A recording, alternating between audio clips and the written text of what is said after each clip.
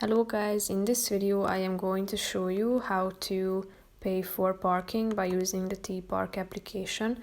But first I just want to mention, don't forget to subscribe to my channel because at 10,000 subscribers I am going to show you my whole YouTube revenue statistics and growth strategy, how to make money online. So let's jump into it.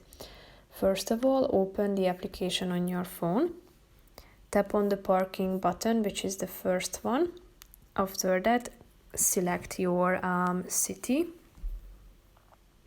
first your country, and then tap on your city. Then you should select your or type in your license plate.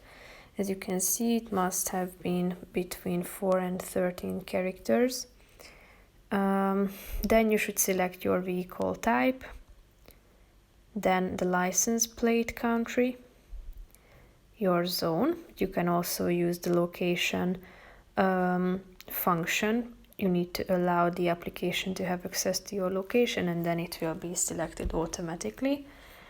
You should also select the duration, and then if you are done with adding all these information, you should click on the pay button down below to pay for your parking. That's pretty much it for this video, guys. See you in the next one. Bye bye.